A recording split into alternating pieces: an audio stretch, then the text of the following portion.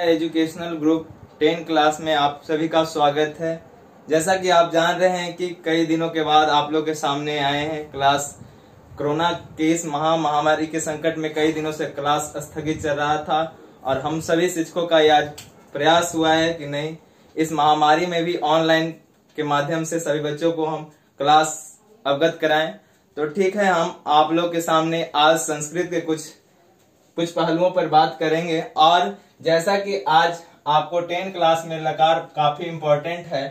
लकार जिससे क्रियाओं की स्थिति का पता चलता है उसे हम लोग लकार कहते हैं। और जैसा कि लकार आपको 3 अंक के ऑब्जेक्टिव के रूप में आता है, 3 अंक के मार्क्स ऑब्टेन कराता है। लकार 3 अंक के है, जिससे क्रियाओं की स्थिति का पता चलता है उसे लकार कहते हैं। हिंदी में इसको काल कहते हैं। काल जिससे क्रियाओं की स्थिति का पता चले उसे काल कहते हैं। काल संस्कृत में उसे लकार कहते हैं। जैसा कि जानते हो कि लकार आपको मुख्यतः 5 प्रकार के होते हैं। लकारों की संख्या कुल 5 होती है। लट लकार, लंग लकार, लिरिट लकार, लोट लकार और विधि लिंग लकार। लकार मुख्यतः 5 होते हैं। एक बार फिर से हम लोग याद करेंगे। लट लकार, लंग लकार, लिरिट लकार, लोट लकार, विधि लिंग लकार। फिर से इसको याद करते हैं। लट लकार वर्तमान काल, जिसे हिंदी में वर्तमान काल कहते हैं। लंग लकार भूतकाल, लिरिट लकार भविष्यत काल, लोट लकार आज्ञाबोधक, विधि लिंग लकार चाहिए के अर्थ में। चलिए, लकारों की संख्या आप लोग को याद हो रहा होगा मेरे दोस्त, मेरे भाई। लट लकार का मतलब वर्तमान काल, जिसमें क्रिया जारी अवस्था में रहती है। जिसमें क्रिया जारी अवस्था में रहती है या कोई काम होते अवस्था में रहता है उसे हम लोग वर्तमान काल कहते हैं। संस्कृत में उसे लट लकार कहते हैं। जैसे मैं पढ़ता हूं, वे लोग जाते हैं, हम लोग दौड़ते हैं। लंग लकार भूतकाल, जिसमें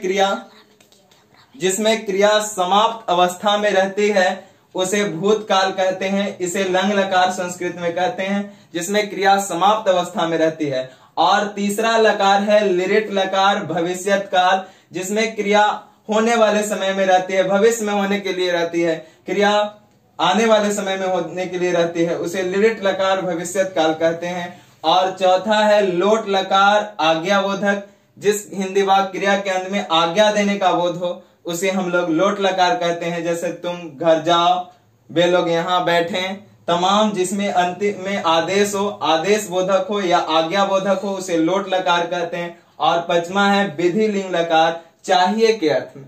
जिस हिंदी वाक्य के क्रिया के अंत में चाहिए लगा हुआ रहता है तो उसको संस्कृत अनुवाद हम लोग विधि लिंग लकार में बनाते हैं। अर्थात जिस हिंदी वाक्य के क्रिया के अंत में चाहिए, जैसे हम लोग को दौड़ना चाहिए, हम लोग को पढ़ना चाहिए, ये तमाम वाक्य विधि लिंग के अंतर्गत पढ़ते हैं। हम लोग तमाम बात विधि लिंग के अंतर्गत पढ़ते हैं। तमाम 5 लकार आप लोग देख लिए। लट लकार वर्तमान काल, लंग लकार भूतकाल, लिरिट लकार भविष्यत काल, लोट लकार आज्ञाबोधक, विधि लिंग लकार चाहिए के अर्थ में। तो देखिए मेरे भाई, इस 5 लकार का नाम आपको स्पष्ट हो रहा होगा। उसके बाद देखते हैं हम लोग कुछ धातु अर्थ देखे, जिसके सहारे हम लोग लकार पढ़ते हैं। उसमें धातु अर्थ का बहुत बड़ा प्रयोग है। धातु जैसे हम लोग वर्ब कहते हैं इंग्लिश में, उसी तरह से संस्कृत में इसको धातु अर्थ कहते हैं। जैसे यथा में खाद मतलब खाना, पठ मतलब पढ़ना, बद मतलब बोलना, क्रीड मने खेलना, गच्छ मतलब जाना, आगच्छ मतलब आना, बिव मने डरना, पश्य मतलब देखना होता है। इसमें हम लोग इसका प्रयोग करेंगे हर एक लकार में। और इसमें हर लकार में धातु के साथ आपको इसके लकार के नियम प्रयोग होंगे। तो लकार के बनाने का नियम हर एक लकार के अलग है। जिस तरह से लट लकार के आज हम लोग जानेंगे। लट लकार वर्तमान काल, इस लकार में क्रिया जारी अवस्था में रहती है। इसका पहचानने का तरीका है, जिस हिंदी वाक्य के क्रिया के अंत में ता है, ती है, ते हैं इत्यादि लगा रहता है तो उसे हम लोग लट लकार कहते हैं। लट लकार का पहचानने का नियम, जिस हिंदी वाक्य के क्रिया के अंत में ता है, ती है, ते हैं इत्यादि लगा हुआ रहता है उसे हम लोग लट लकार कहते हैं। लट लकार का ये पहचानने का नियम और बनाने का नियम इस तरह से है। जिस बनाने के नियम में हम लोग धातु के साथ बनाने के नियम में ती, त, अंति, सी, थ, थ आमी आव आम, इसका प्रयोग करते हैं। देखेंगे पहले ती त अंति सी थ थ आमी आव आम। तो एक बार फिर से हम लोग पहचानने के नियम के बाद बनाने का नियम सीखेंगे। तो पहचानने का नियम हम लोग जैसा बताए हैं कि लट लकार हिंदी में इसको वर्तमान कहते हैं, और इसका पहचानने का नियम है जिस हिंदी वाक्य के क्रिया के अंत में ता है, ती है, ते है इत्यादि लगा रहे तो उसका संस्कृत अनुवाद लट लकार वर्तमान काल में बनाया जाता है। और ये जैसा कि यथा में मैं पढ़ता हूं, हम लोग जाते हैं, वे लोग प्रतिदिन विद्यालय जाते हैं, इस तरह से आपको ये लट लकार के ये बनाने यथा का नियम हुआ, यथा हुआ। और बनाने का नियम में ती त अंति सी थ थ आमी आव आम। देखो इसको हम लोग कैसे सेट करेंगे इस पर हम लोग ध्यान देते हैं। जैसे धातु है खाद, तो खाद में मेरे भाई देखिएगा खाद में ती जोड़ेंगे तो क्या हो जाएगा खाद ती। ये वाला सेट होता है धातु के पीछे, तो खाद जोड़ ती खादती। दूसरा है खाद जोड़ और ये क्या हो गया मेरे भाई ता खादता। और खाद में अंति लगेगा तो आ नहीं लिखाता है, आ का लोप सिर्फ अंति त अंति खादंती। उसी तरह से देखेंगे मेरे भाई खाद में सी तो क्या हो जाएगा खाद में सी लगाएंगे तो खाद सी, खाद में थ लगाएंगे तो खाद थ, और खाद में सिर्फ थ लगाएंगे खादत। उसी तरह से खाद में आमी लगाएंगे तो आ नहीं ना लिखाएगा मेरे भाई, आ का लोभ सिर्फ एगो आकारान तो आकारान चिन्ह और मी तामी खादामी। उसी तरह से आगे लिखेंगे मेरे भाई बहन खाद में आमी नहीं अवरी एगो आवता न भाई सिर्फ पाई तब पाई अब तब खादावा। उसी तरह से आगे लिखेंगे मेरे भाई खाद में आम तो क्या हो गया खादामा। तो आपको सेट करने आया, फिर से देखिए खाद में ती तो क्या हो गया खाद ती, खाद में ता खादता, खाद के पीछे लगाए भाई आ ना जी अंति त अंति। खाद में सी तो क्या हो गया खाद सी, खाद में था तो खाद था, खाद में सिर्फ था तो खादत, खाद में आमी तो खादामी। आ नहीं मेरे भाई ई आकारान चिन्ह त आकारान चिन्ह आमी। खाद में आवा तो खादावा, खाद में आमह तो उसी तरह से आ हटा दिए आकारान चिन्ह और माँ। आप लोग को समझ में आ गया होगा कि खाद में। उसी तरह से आप अगर गच्छ में सेट करते हैं, इससे 3 ऑब्जेक्टिव पूछे जाएंगे मेरे भाई। जैसे गच्छ में अगर बनाना रहे तो देखिए गच्छ में ती जोड़ेंगे तो गच्छ ती, गच्छ में ता जोड़ेंगे तो बताओ गच्छ ता, गच्छ में अंति तो क्या हो जाएगा छोटे गच्छ आना ना तन्ना अंति त अंति। गच्छ में सी मेरे भाई, गच्छ में सी लगाएंगे जी त गच्छ सी। बोलो बहन गच्छ में था त गच्छ था, और गच्छ में गच्छ में था त गच्छ था। देखेंगे छोटे गच्छ में आमी बनाने आ रहा है जी, गच्छ में आमी त आ ना भाई बा मी त मी, गच्छ में आवा त गच्छावा, गच्छ में आम त गच्छाम। चलिए बहुत को इस तरह से आप लोग के लिए बनाने के लिए रहेगा होमवर्क। बाद पाठ पर बनाइएगा, बद पे बनाइएगा, क्रिट पर बन जाएगा मेरे भाई, तो इसको जरूर बनाएंगे। इसी तरह से बनाइएगा पठ पर पठती पठता पठंती पठसी पठता पठता पठामी पठावा पठा। आप लोग को ये 3 होमवर्क के रूप में है, गृह कार्यम है। उसके बाद हम लोग इसमें कुछ अनुवाद पर ध्यान देते हैं मेरे भाई। अनुवाद कैसे बनाएंगे ये तो बनाने का हम लोग तरीका सीख लिए। अब इसमें से कुछ अनुवाद रहेगा, कैसे उसको हम बनाएंगे तो ध्यान देंगे बढ़िया से। अनुवाद में आपको कुछ रहते हैं इसमें से कि वह प्रतिदिन विद्यालय जाता है, वह प्रतिदिन विद्यालय जाता है। तो इसका कैसे बनाएंगे मेरे भाई देखेंगे। बा के क्या होता है आप लोग को पिछले कक्षाओं में भी पढ़ाए होंगे। कि वह का संस्कृत होता है सा। वह का क्या होता है छोटे? सा मतलब वह। और प्रतिदिन का शब्द अर्थ बताए होंगे कि प्रतिदिन का होता है प्रतिदिनम।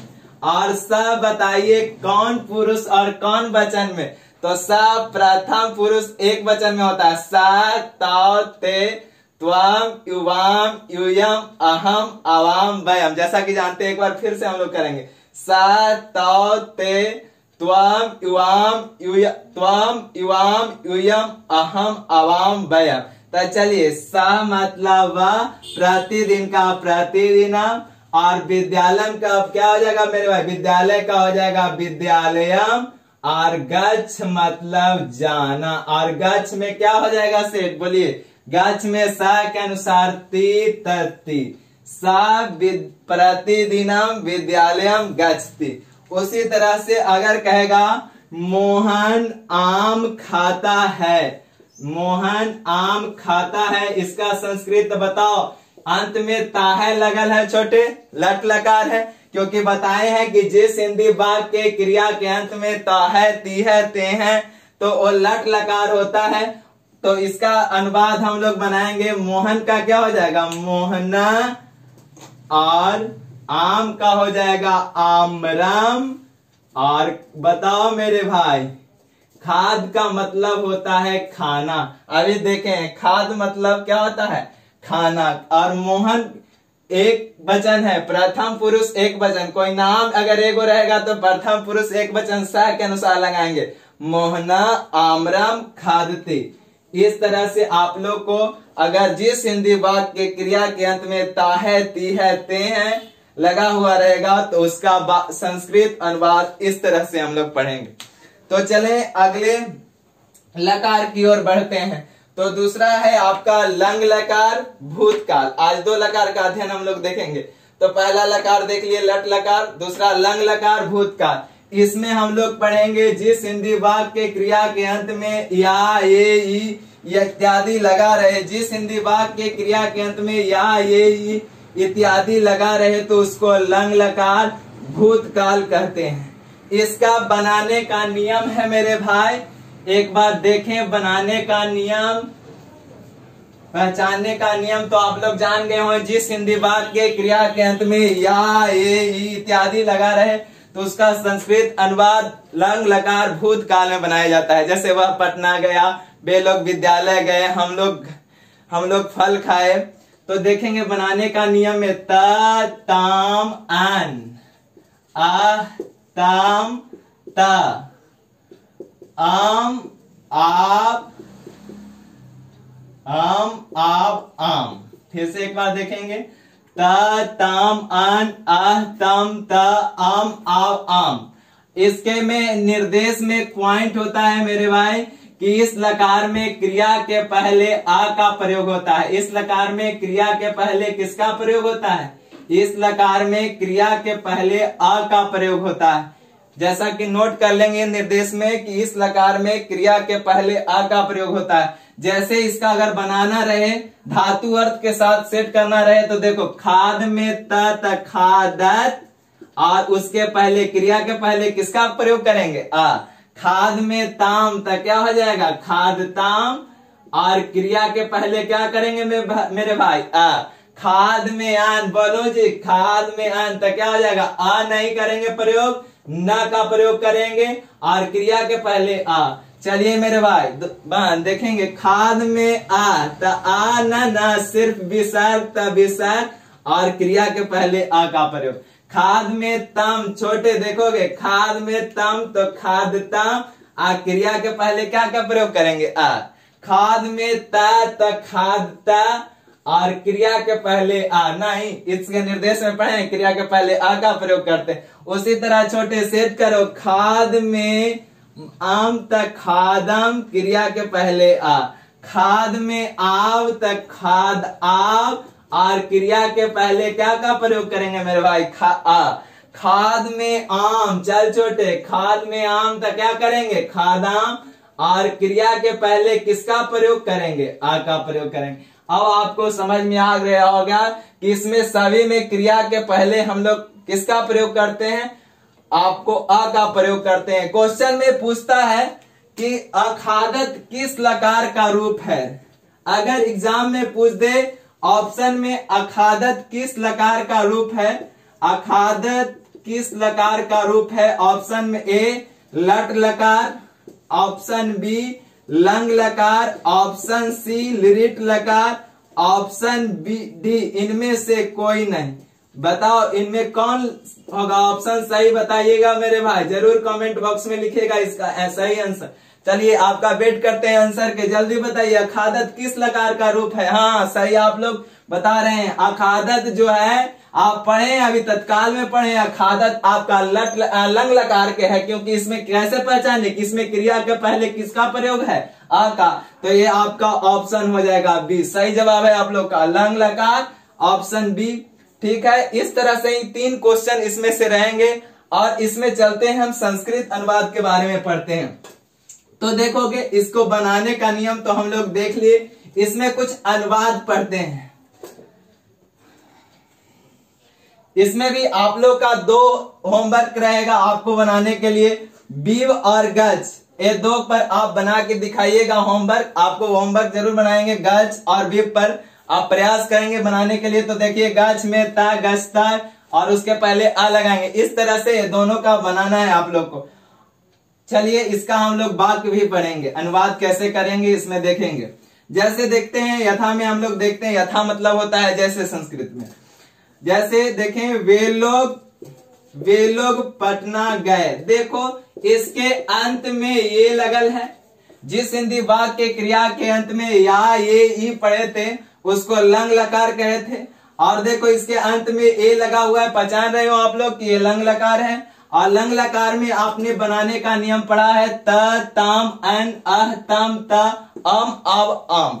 उसी तरह से बताओ बेलों का संस्कृत आप लोग जानते होंगे, बेलों का क्या होता है, ते मतलब वेसव या बेलोग। जैसा कि आप लोग पटना का भी जानते होंगे, पटना का संस्कृत में पाटलिपुत्रम कहते हैं, ते पाटलिपुत्रम। और बताओ मेरे भाई जाना मतलब गए, तो जाना का संस्कृत अभी आप लोग पढ़े हो, गच मतलब जाना, तो गच त गच।